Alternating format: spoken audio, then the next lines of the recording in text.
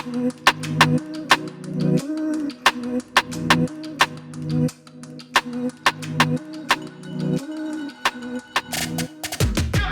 everyone to another Empathy Week webinar series. I'm very pleased to bring on my brother Pankaj, and actually Pankaj has been there from the start of Empathy Week, because the first Empathy Week was filmed in India, in Nagpur, which is where Pankaj is coming from now.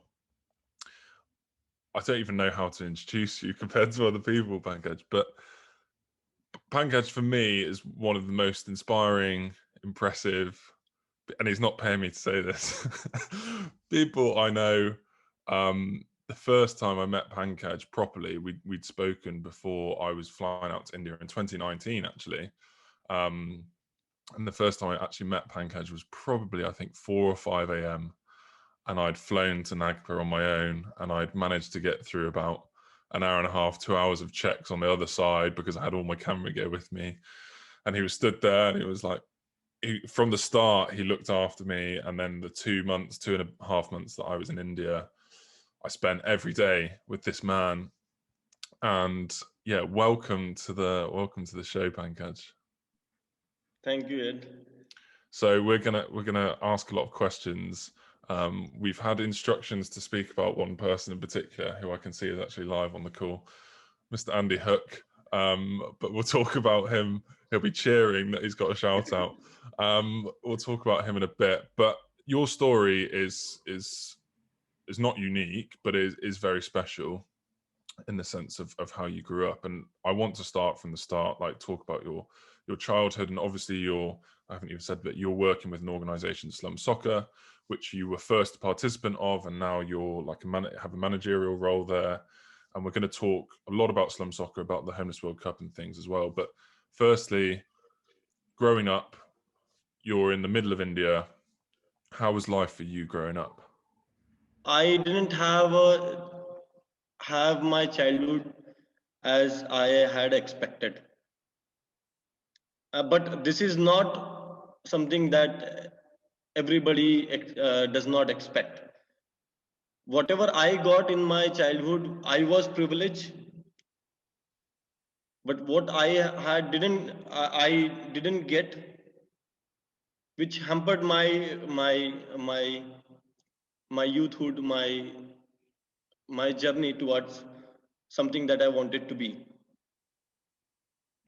It is very difficult in India to spend a childhood as you would have expect in the UK. You find you would find so many different things as you were here, and you saw how children behave, how children spend their time. They don't care about their education. They don't care about their future, and they don't care even about what their parents think of them, of them, because parents don't get enough time for them, for themselves, and also for their children, to help him figure out some ways to be better in life. So same way I also experienced. It was nothing new for me, and it was nothing new for my family. They my father helped me a lot, but he couldn't really help me when I needed him the most.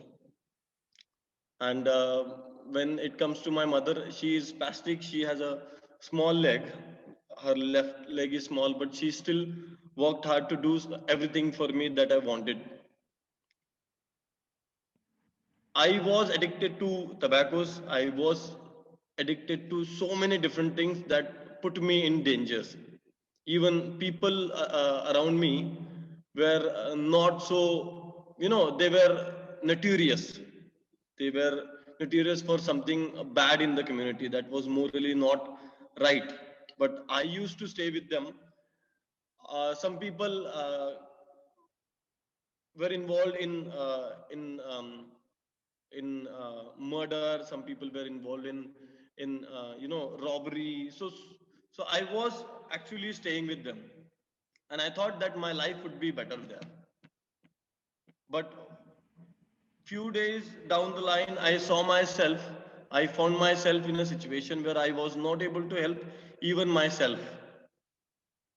In 2016, when my father hit my mother with a iron stick, and she was, her head here was completely busted open in blood, and I was sitting down out of my home.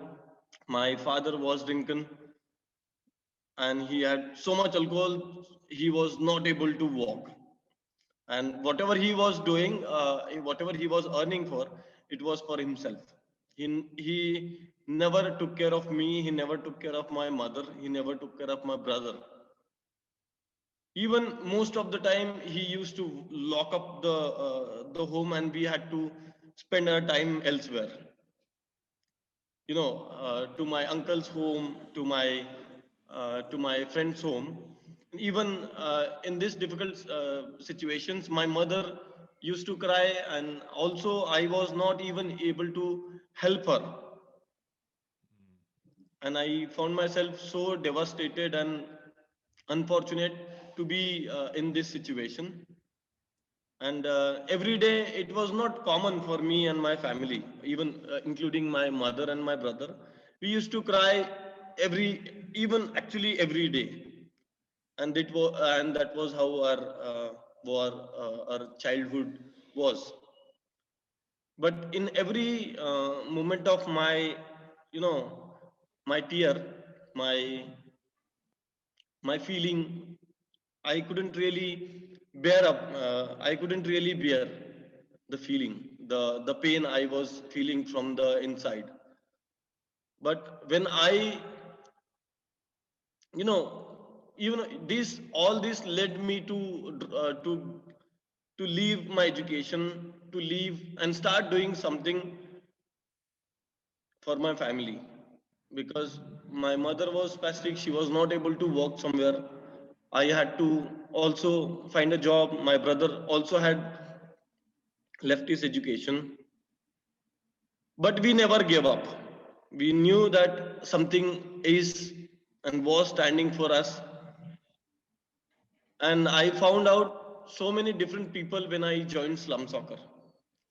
How did Initially, you? Sorry, I was going to say, how did you join Slum Soccer? Because I'm actually hearing little bits of the story. I've obviously interviewed you, and I'll post a link to the film that we made together about your story so far. But I'm hearing some new elements of, like, people that you used to hang around with and things like that, and it links to what you said about, when your dad hit your mum. And how did you how did you come across Slum Soccer? Because you also were working, you were skipping school at quite a young age. I think you told me you were like 11, 12, 13, and yeah, chewing tobaccos, and then working in your dad's pan shop, which is, for people that don't know what that is, that's kind of a little shop on the side of a street that will sell, yes. water, tobacco, and some food and little bits and bobs. And you were working in that as a child. How did you get from that life to the life now? Because you didn't. I think what people listening need to understand as well is that you didn't speak English, five, Yeah. 6 years ago at all, which for me is absolutely crazy, because your English is so good and your understanding. But how did you get into? How did you discover Slum Soccer? So, so, uh, so you mentioned about my childhood and the pawn shop we had in our home. My father used to earn 100 rupees a day, and that was it. Even, like, 5 days, 5 years ago, 6 years ago. Which is And when sorry, I was just going to say 100 rupees, 90 rupees is a pound. yeah, So it's about under $2, under two US dollars a day, $1.50. Yeah, crazy.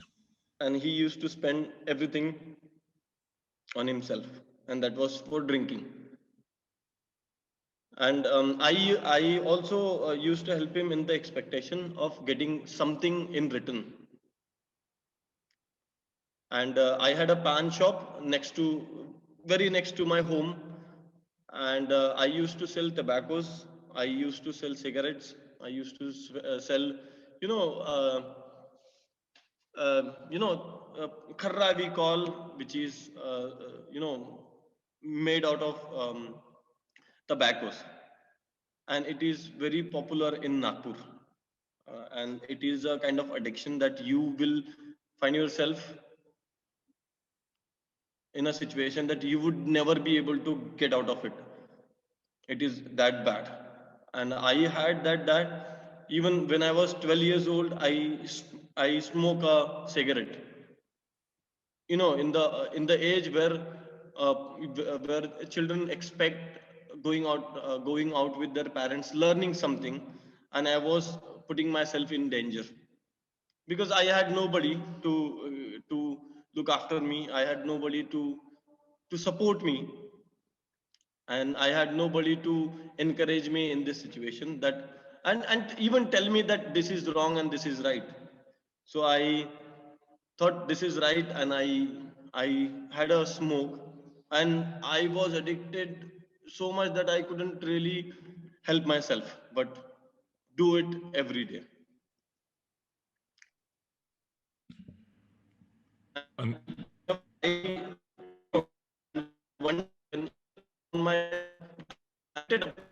on I saw, I don't, I never thought that be, I would be, look up to. I would be, uh, I would be someone in the community that my example will be given as a role model. So it was a time in 2014 when I joined Slum Soccer. But how? It was an accident. It was nothing something that I had planned properly and I would do something, but it was an accident in my life. And but this wasn't. But this accident was something that turned my life around.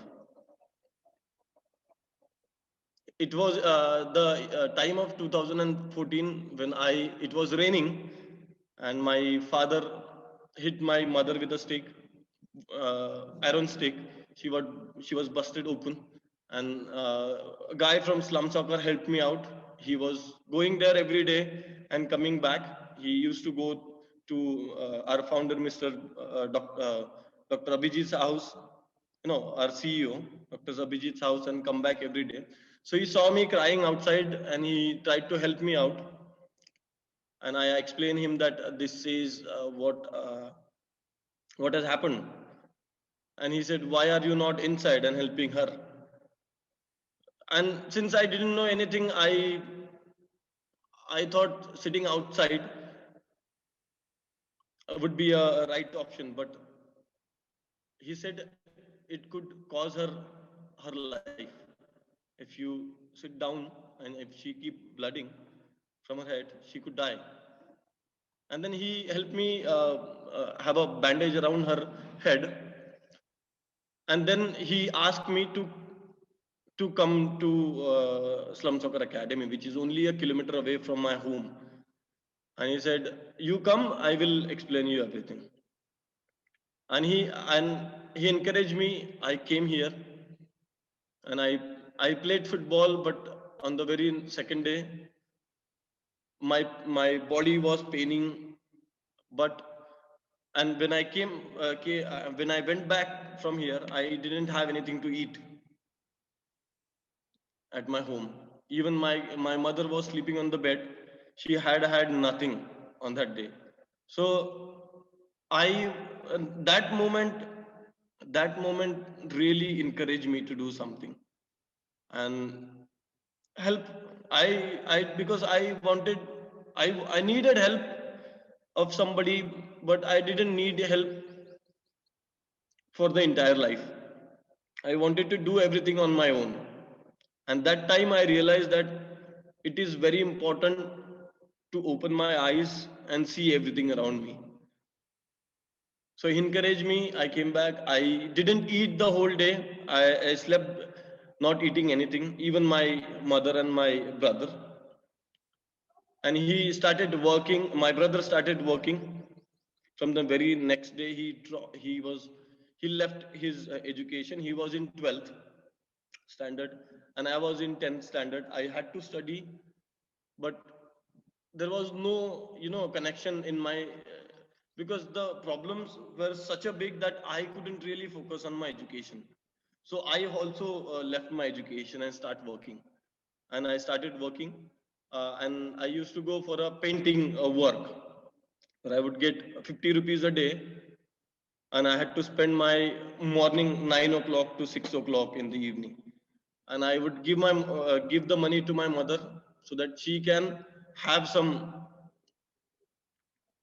she could cook something for us. And when my brother, he used to get 1,000 rupees a month, and which was not even enough for the family. But we realized that something needed to be done. I again came here in the organization, but when I was working in the working as a painter, I found myself even getting more addicted to alcohol, even get more addicted to smoking and chewing tobaccos. And this is not, this was this was the moment. Even I don't want to think about it. Even I don't want to reflect that I used to be like this. Yeah, it's for me, knowing you how you are now, that I can't imagine that you were like that. But it's hugely important, I think, for you to acknowledge how far you've come and for other people to see how far you've come, because it's incredible. And Slum Soccer is a big part of that. And so maybe I should explain a little bit more about Slum Soccer, but it's it's a program. It's an organization and not-for-profit organization which uses the power of football to empower young people and change their lives. And there are so many different programs that run there, and we'll talk about a couple of those in a minute. But by going to Slum Soccer and playing football, what opportunities did that give you to really change your life? Unexpectedly, when I played in the first few sessions, i got to learn about I got to learn about how addiction affect your life. I got to, and all these through football. And I still remember the first session was conducted about having a really good future in life. What are the advantages? What are the mainly what are the advantages of having a really good life, and the disadvantages of having of drinking alcohol and smoking cigarettes, chewing tobaccos, because I didn't really know anything about it. I knew that this is eaten and this is smoken. That cigarette is smoken, and tobacco is chewed. So I didn't, but I didn't know the effect of it. But when I came here, I got to learn. I even I openly told everyone that yes, I do this. And in the in that moment I realized, am I doing bad? And this reflection led me to think about myself, led me to give up on the uh, give up on chewing tobacco, smoking cigarettes, and even being with the people who were not even helping me but putting me in even in the more dangerous situations. So this reflection helped me to come out of my difficult circumstances, the adversity I had faced. But when I started playing football, I also again, there was no one, not many people earning money for my home to eat, to have a two-time meals, which was very difficult for me and my family to have a even two times meal, even a good meal that we call. But whatever my mother used to cook in the morning, we used to eat in the evening. So this was how bad we spent our childhood. But all everything changed when I joined Slum Soccer. I realized the importance of education. I realized how can I pursue my dream. But in the meantime, what happened was, I felt so embarrassed about myself. When in my community I was playing with my friend, I was playing football with my friends, and his father came out and said, why are you, he should not be your friend. That Pankaj should not be your friend because he chew tobaccos, he smokes cigarette, and his father drinks alcohol, and you should not be with him. So I was isolated. I was alone. I didn't have anybody, but I kept playing football in my community. And see, I didn't know that either. I hadn't heard you say that before, that you were isolated, or that people had told you to stay away from you, Yeah, which and paints even a bigger picture for me. Yeah. yeah, even in that moment, I felt like, I was isolated for more than a year. I was alone. I felt that I should leave everything aside and, start doing everything that I was doing because of the community, because of that time I wanted to do something. I wanted to come out of uh, the the adverse situations, but the community again put me in that situation. But then football was there to, to engage my life in a productive way. Yeah. and Uh, can we? and that wasn't the only thing, Ed. My He wasn't the only person who said don't stay with him, don't be with Pankaj. But there were many people who said don't stay with him, he is a bad and he will ruin your future too. So but now the same people today give example of me that you should be like him, because of my education, because of what I have achieved. And I feel so proud, even when my mother even go for a work, I she says, I heard about you from somebody else's mouth, and that was something that make me feel proud about you. So that is how I felt every day. And then that moment encouraged me to think more, deeper about myself, and have a very, I wanted to do something. Like, I knew that I have been a bad example in my community, but I want to do something in my community so that people give my example as a role model and say you should be like him. Man, yeah. I can't.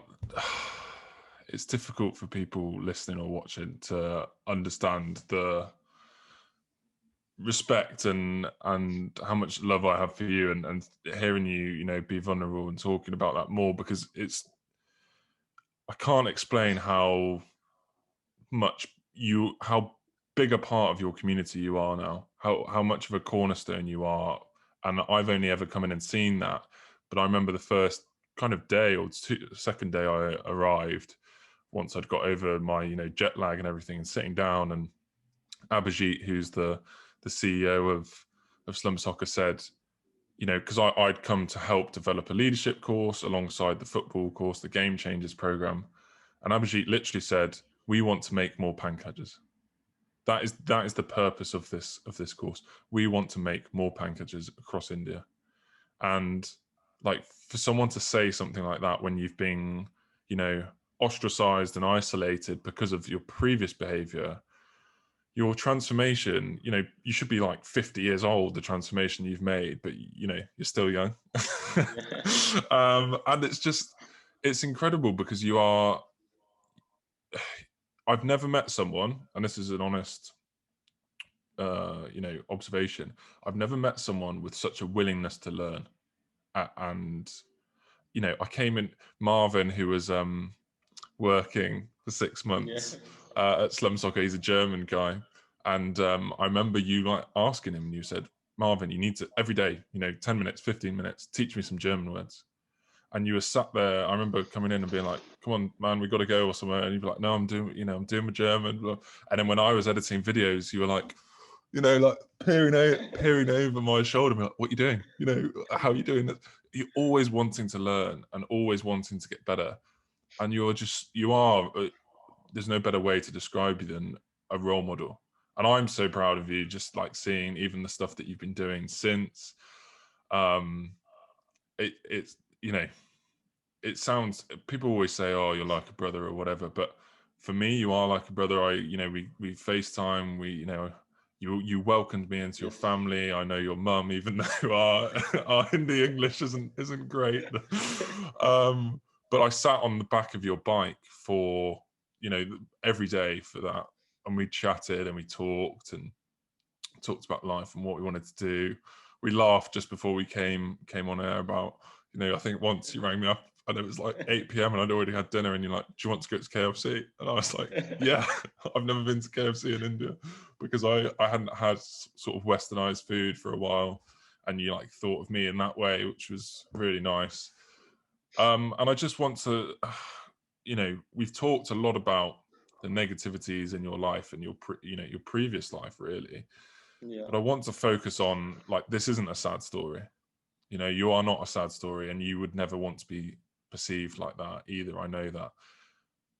That moment, I always remember asking you about the Homeless World Cup. So the Homeless World Cup, for people that don't know, is a charity that brings 50 plus countries and organizations together each year in a city. Unfortunately, it hasn't happened in the past 2 years, but they bring teams together, and they are organized. So Slum Soccer represents the Indian team, and they bring over the Indian team, and it's people that have experienced homelessness or social exclusion or poverty, housing poverty of some sort in the past year, and they bring them together, and it's as mental as it sounds. Play football in the middle of a city, and it's I can't explain it. How would you explain the Homeless World Cup, and can you explain the first being selected for it and then going to the Homeless World Cup yourself? Yeah, man. I got goosebumps when I heard about Homeless World Cup, because the Homeless World Cup is something that changes your life, and it is not just a sentence. Because I have I have experienced it firsthand, and I know how football can change, how the game of football can change. It was a time, in 2012, when I was selected for the National Inclusion Cup that was held in Delhi, and that was my first time going out of my town, from all the way to Delhi, 18 hours of journey by train. But from that moment, I made up my mind that yes, I am going to do something in my life now. I gave a football for the Homeless World Cup team that was going to represent in 2013 in Poznan, and I got selected. I had a camp here in Bukhara, in our Slum Soccer Academy. We played every day for a month. We practiced a lot, and it was in 2013 when first time. Everything was my first time. Something that people won't get it. People wouldn't even get it their first time. From because of their action, because of their movement, because of their determination, they don't get it, and I got it, and everything for the first time. I traveled by train. I traveled to Delhi by train, by flight again for my visa, and that was my first time. And then I can't even explain you, man, how good I was feeling about myself that moment. It was gave me the you know that was an impetus in my life. I thought that I have achieved something beyond uh, beyond. When I went to Delhi, I got the visa. I was sitting in front of the counselor, and he said, "Why are you traveling to Poznan or Poland?" I said, "I don't know. I don't speak Hindi. Even I speak in Hindi." I said, "मेरे को नहीं आती Hindi." I मेरे को English नहीं आती. I said I don't speak English. So he said, "Okay, wait." And then Abhijit came and he explained that he was selected for the Homeless World Cup and he has to go there. He's representing India. And then I felt really happy. I came back. I was happy because people said that getting a visa for an European country or American countries is not easy for Indians.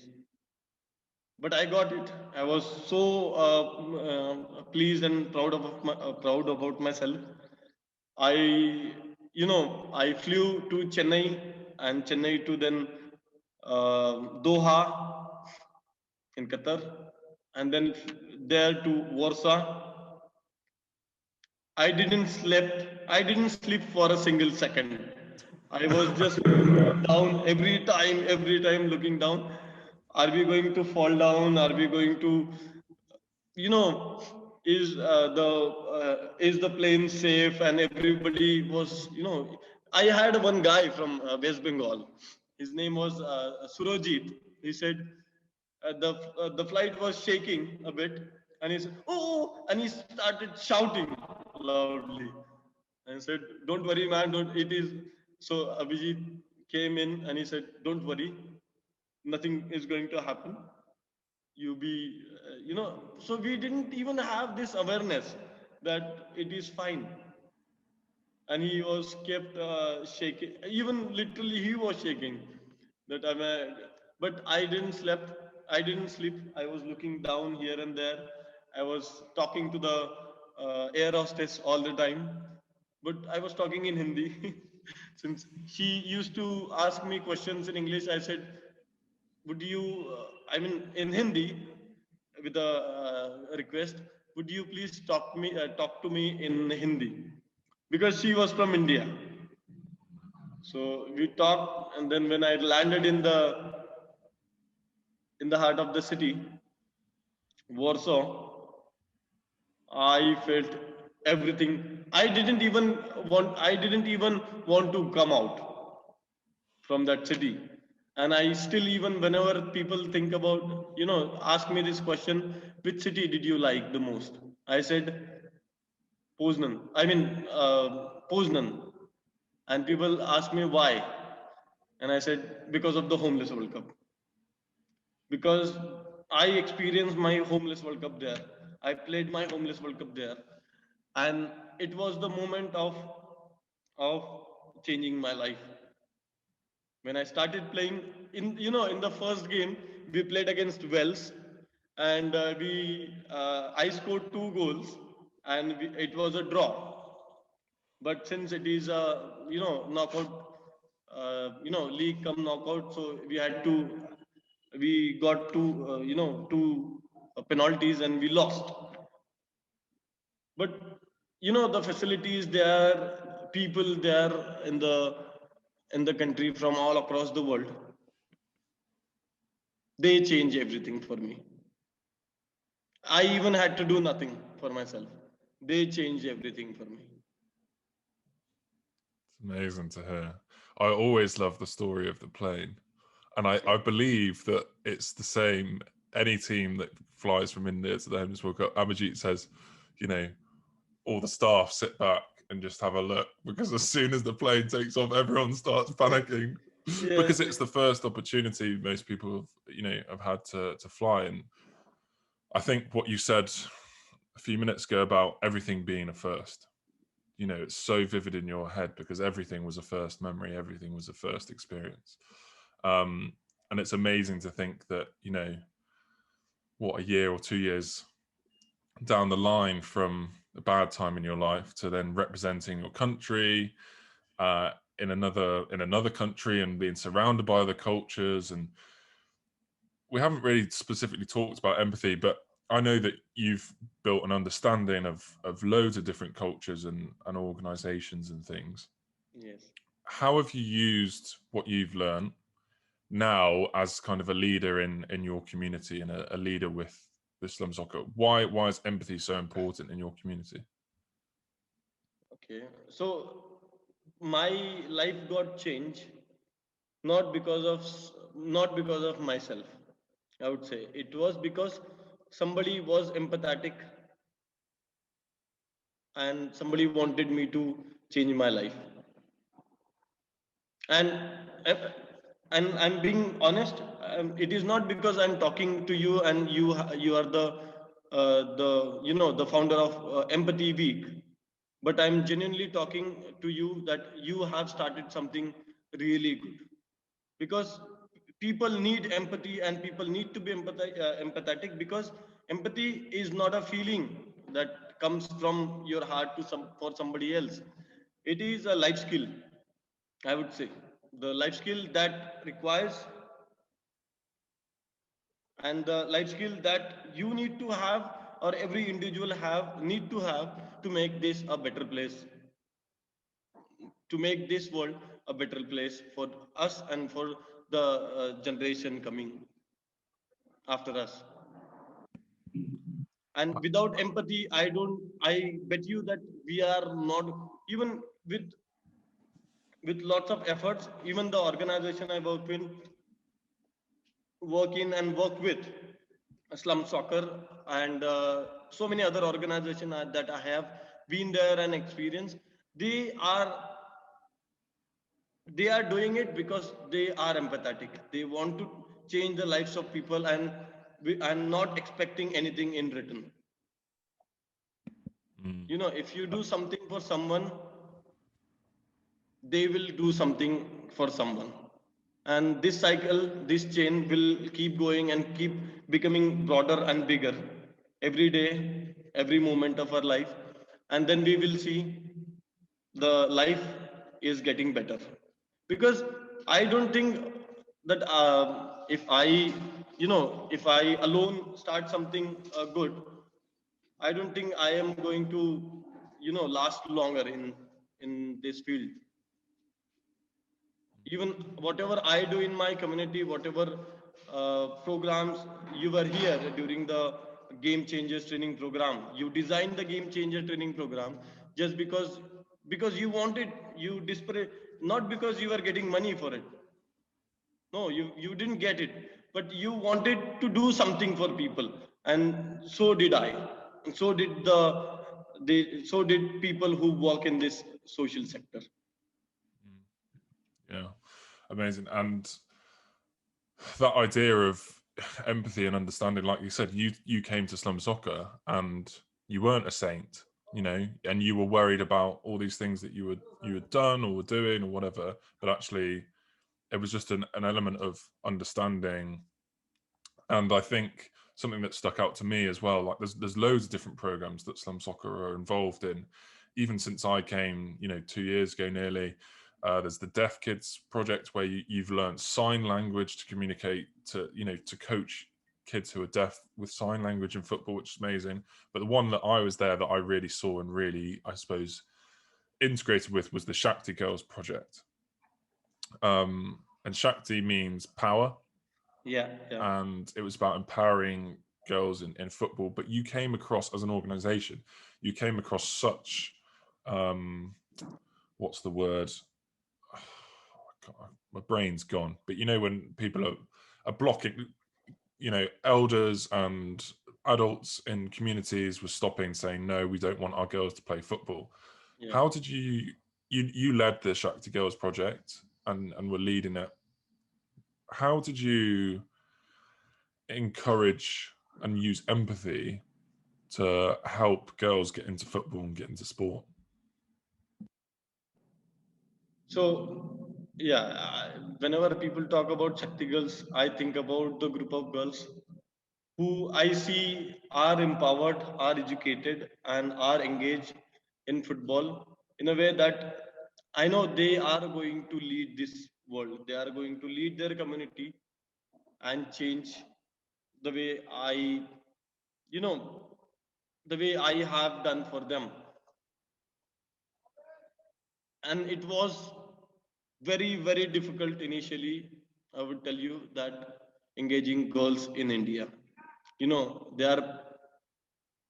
they live in conservative families, because the girls who are living in slums, underprivileged sections uh, of society, they are the most deprived people.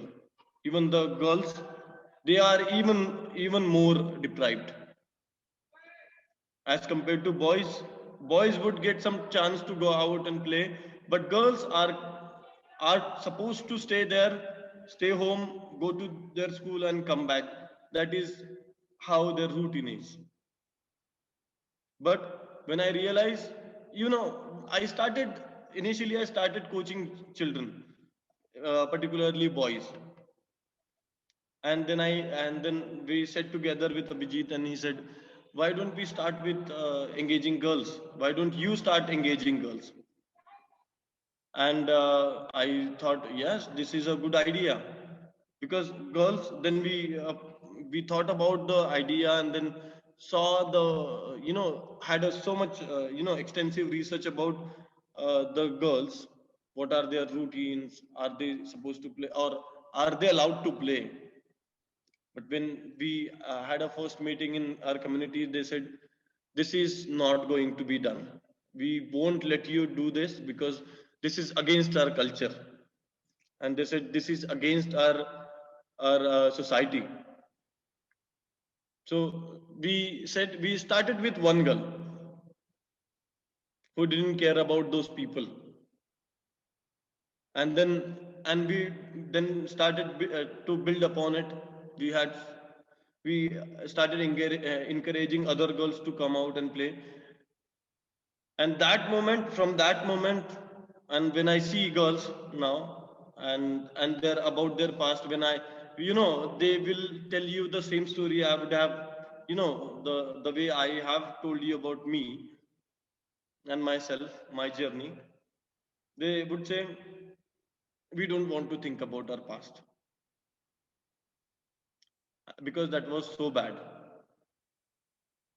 Whenever even I talk to them, you also have played with them, talked to them, and they are so empowered, so encouraging, and they are different from the other girls from the community, just because they are exposed to this element of football. Yeah, the power of sport is. Yeah, I mean, if they could be put on a world stage, it would. The thing that infuriates me is that how powerful a tool sport is, and everyone knows it and sees it. Yet we don't keep pushing it forward. And I think, like you've said there, the girls that I've met and the girls that I've spoken to, whether I could communicate to them in English or not, or my yeah. really broken Hindi that I picked up when I was there, you can see their faces light up. I mean, the image in my head is the pitch next to that sits beneath the power station. Yeah. Not Bakara. What's the ground called again? Koradi. Karadi ground. And we'd rock up there or get off the motorbike, and there'd just be kids everywhere. Yeah. Just play, and if they weren't playing, they'd be watching. Maybe they were a bit nervous on the side, and the girls are there wearing their kits, and you can just see like the smiles, the laughter, the camaraderie, like how much it teaches them. And to think that a whole generation or generations of females, especially in India, haven't had the opportunity just because they are a woman or they are a girl. Um, it's amazing to think, like how many years that's been going on with Slum Soccer, and how many more girls you will eventually help empower, and seeing the girls team go to the Homeless World Cup as well. obviously I was there, and then the Homeless World Cup was in Cardiff in Wales, and I won't forget the time when all the teams, so I'd seen them training for the Homeless World Cup, and I remember going to Wales, and I hadn't seen everyone for months and months, and I got there, and all of a sudden they were all there, and their faces were just, like you explained, were just like, oh, what, all of this going on. They were like, they couldn't believe it, and they were like, Ed, and I just remember running into them and like jumping around, and just the joy of that experience. And this is something that I asked you before, but I want to ask it to you again, because I've had it from people that I've explained the Homeless World Cup to, and they say, why don't they just give them the money, right? It costs a lot of money to send you plane tickets, accommodation, food, kit, everything. It costs a lot of money to sponsor you, to get you to there. Why don't they just, because that money would be a lot of money for you back home as well, in terms of being able to, fund and feed your families and things. I'm going to ask the question to you again. I already know the answer, but I want you to explain it. If I was to give you the choice, would you take the money or would you take the experience of going to the Homeless World Cup? What would you do? Yeah, I would definitely choose going to the Homeless World Cup, because as you explained me, and I would, tell this even in my sleep, or somebody, if somebody wakes me up and asks me, uh, take this money or else go to the Homeless World Cup, I would say yes, I want to go to the Homeless World Cup, because Homeless World Cup, first of all, getting money is fine, but I don't think the money will change his life. That will not be sustainable, and that's why I'm getting the experience will enable him to have a sustainable life, even far richer life than he had expected in life. So for me, Homeless World Cup is always a place where you will learn, you will grow, and you will have a plan in your future. And as I did when I came, I went there. I realized the importance of education. Otherwise, if I had money, if somebody had given me money and asked me to think about it and do whatever you want to do, I would not have thought about completing my education. I would not have thought about making my life better. That money would have just last for let's say for a year or so, and that would have gone.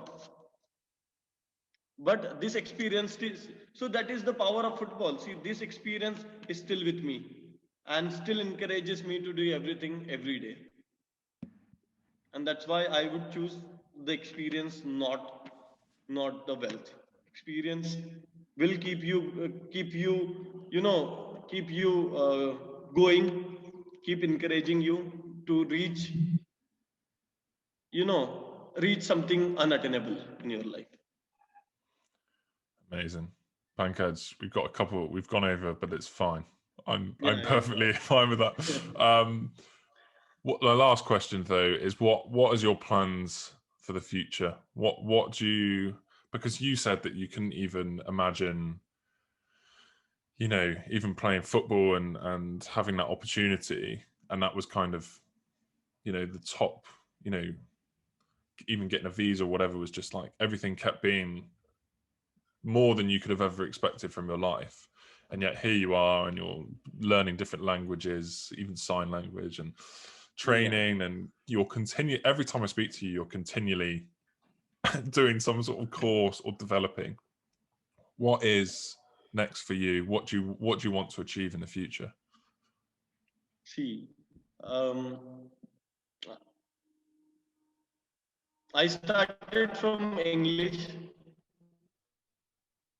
Even Abhijit started teaching me English from what does I mean, and I didn't know anything. So learning I led me to learn why English is important, and I you know, in my even in my schools and colleges, I didn't study English because I didn't have interest, and I didn't even know why it was important. But today I I learned the importance of education, and I'm writing blogs for Slum Soccer. I write social media for Slum Soccer. I write stories for Slum Soccer, and I write each and every application in the organization because I had that, you know, that spirit. I had that willingness to learn, and I would tell you two to three things that I want to do. I want to visit UK. That is my plan in my life. Always Yes. welcome. Second, second is I want to study in the UK, and that could be anything, man, anything. But that is my dream, and do my FA license. We're working on it, aren't we? We talk about it a lot, how we can Yeah, get you here, and and that it will is happen. We'll make it happen somehow. Well, one day. But yeah, you said, you know, you've got good ties within the football world. I think that's the other thing. Sport brings opportunities. There's no way that you would have travelled to Poznan had it not been for football. I'd never even heard of Poznan before you talked about yeah. the city in Poland.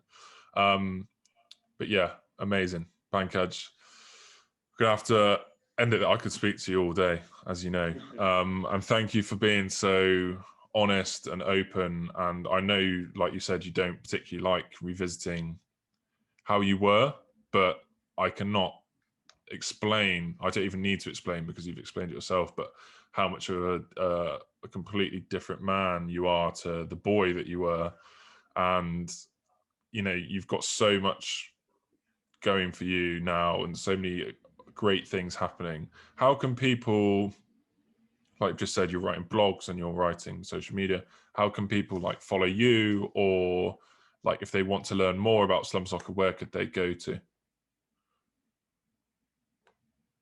Sorry, man. Can you repeat it? So I said, so if people want to follow you or like learn about Slum Soccer, how can they follow Slum Soccer and what you're Yeah. doing? So we have our social media accounts on Twitter, Slum Soccer.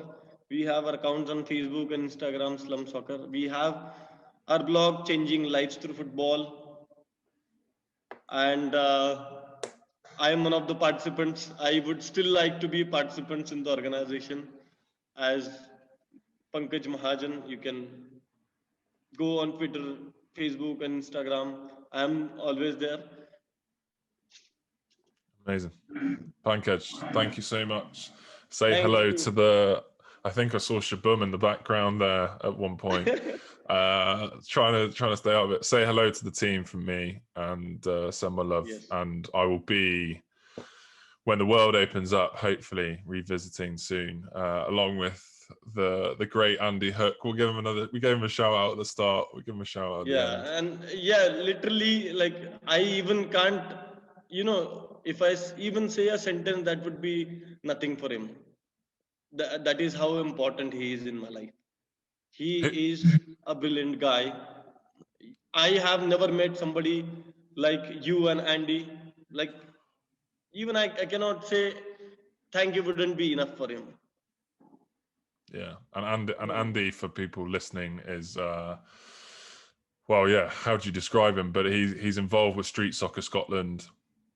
Yeah, Rumor has it he was one of the rule makers of the Homeless World Cup or along those lines, and he is just a brilliant man. And check out Street Soccer Scotland as well, because they are huge supporters of Slum Soccer. yeah, And Andy goes out to India twice a year, I yeah. think, usually, although he hates the heat.